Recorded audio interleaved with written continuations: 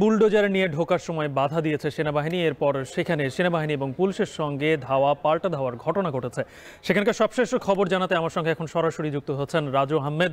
রাজু, জানাবেন যে আপনার পেছনে এখনো দেখতে পাচ্ছি সেনাবাহিনী অবস্থান করছে এবং সাধারণ মানুষও অবস্থান করছে। সন্ধ্যার এই সময়টায়, মানে সন্ধ্যা পার হয়ে তো রাত হয়ে গেছে, এখন পর্যন্ত সেখানকার কি অবস্থা দেখতে পাচ্ছেন? মানুষকে এখনো অবস্থান করছে, কিংবা বুলডোজার নিয়ে যে ঢোকার চেষ্টা হয়েছিল সেই বুলডোজার এখন কোথায় অবস্থান করছে?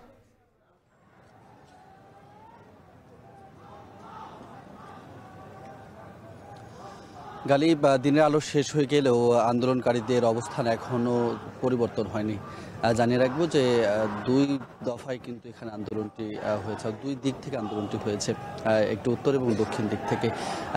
আমরা উত্তরের আন্দোলনটি কিছুটা, উত্তরে যারা অবস্থান করছিল তারা অনেকটাই সরে গিয়েছে, কিছুটা ফাঁকা হয়েছে এবং শিথিলও রয়েছে। তবে এখন পর্যন্ত দক্ষিণ অর্থাৎ এই ধানমন্ডি 32 নম্বরের যে সড়ক, সেই সড়কের দক্ষিণে যারা অবস্থান করছে তারা এখন পর্যন্ত সড়ক ছাড়েনি এবং বিপুল সংখ্যক সেনাবাহিনী সদস্য, পুলিশ সদস্য এবং বিজিবি সদস্যকেও আমরা এখানে দেখছি। তারা আন্দোলনকারীরা তারা অনবরত স্লোগান দিচ্ছে এবং এখানে আমরা দেখছি যে আগুন জ্বালিয়ে তারা আন্দোলন করছে।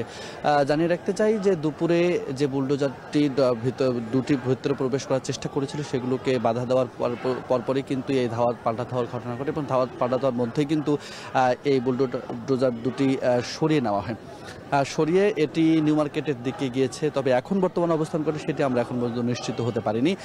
ঢাকা কলেজে যারা আয়োজন করছে তাদের কাছ থেকে আমরা জানার চেষ্টা করেছিলাম বুলডোজার দুটি কোথায় রয়েছে। তারা বলেছে যে কোম্পানি থেকে মূলত ভাড়া নেওয়া হয়েছিল এই বুলডোজার দুটি, তারা নির্দিষ্ট দূরত্বে এটিকে সরিয়ে রেখেছে বলে তারা জানিয়েছে।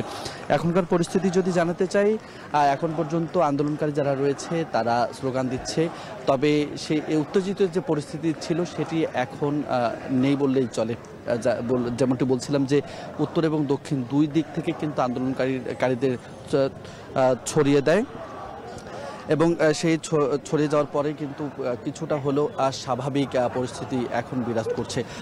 কখন নাগাদ আসলে আন্দোলনকারীরা সরে যাবে তা জানা না গেলেও আইনশৃঙ্খলা রক্ষাকারী বাহিনীর পক্ষ থেকেও তেমন কিছু জানায়নি। তবে কিছুক্ষণের মধ্যে এটি স্বাভাবিক হতে পারে বলে ধারণা করা হচ্ছে। গালিব, এই ছিল ধানমন্ডি 32 থেকে আমার কাছে সর্বশেষ।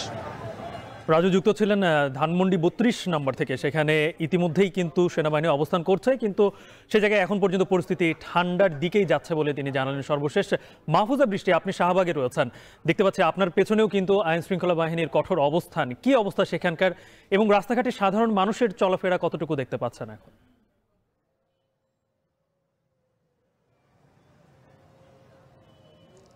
গালিব, রাস্তাঘাটে সাধারণ মানুষ যেমন চলাফেরা করে অন্য দিনের তুলনায় আজকের দিনটা কিছুটা কম। সেটা একটা বিশেষ দিনের কারণে, সেটা সকলেই জানি আমরা।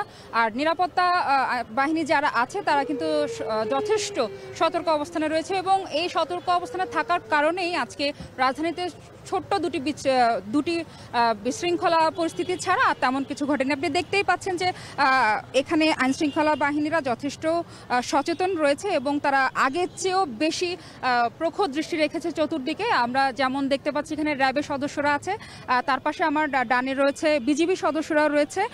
এছাড়া যে মূল শাহবাগের যে মোড় যেটি, ওখানেও কঠোর অবস্থানে রয়েছে আইনশৃঙ্খলা বাহিনী। সাধারণ মানুষরা তো আজকে যে রায় হয়েছে, পলাতক সাবেক প্রধানমন্ত্রী শেখ হাসিনার যে রায় হয়েছে তাতে তো এক ধরনের উচ্ছ্বাস ছিল। সারাদিন ধরে আমরা সেটার অপেক্ষায় ছিল, অনেক সাধারণ মানুষ দেখেছি এবং বিভিন্ন রাজনৈতিক দলগুলো। এই রায় ঘোষণার পরেই কিন্তু বিভিন্ন রাজনৈতিক দলের মহড়া শুরু হয়। তারা বিভিন্ন ধরনের সমাবেশ করে এবং প্রতীকী রায় হিসেবে, প্রতীকী রায়ের মতো করে ফাঁসির মঞ্চ তৈরি করে। এখানে জল্লাদ থাকে, সব কিছু শুরু করে একটা প্রতীকী পরিবেশনা দেখা যায় এখানে। সেটার জন্য কিন্তু আইনশৃঙ্খলা বাহিনী সেই মঞ্চের সামনে ছিল, যাতে করে অন্য কেউ এসে দুষ্কৃতিকারীরা কোনো রকমের কোনো অরাজকতা সৃষ্টি করতে না পারে। আর অন্যদিকে গালিব, যেটা সাধারণ মানুষের মধ্যে কেউ কেউ বলছিলেন যে ডিএমপি কমিশনারের যে ঘোষণা দিয়েছিলেন সেটি যে দুষ্কৃতিকারী অথবা নাশকতা করার চেষ্টা করাকালীন কাউকে দেখামাত্র গুলি করা, বিষয়টা আসলে সন্দেহজনক। কারণ বিভিন্ন দলে বা বাইরের কেউ কিন্তু বিশৃঙ্খল একটা পরিবেশ তৈরি করার জন্য যে কেউ এটা করতে পারে বলে সাধারণ মানুষরা মনে করছেন।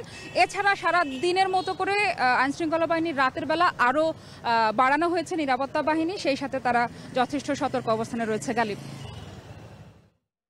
শাহবাগ থেকে আইনশৃঙ্খলা পরিস্থিতির বিস্তারিত জানাচ্ছিলেন মাহফুজা বৃষ্টি।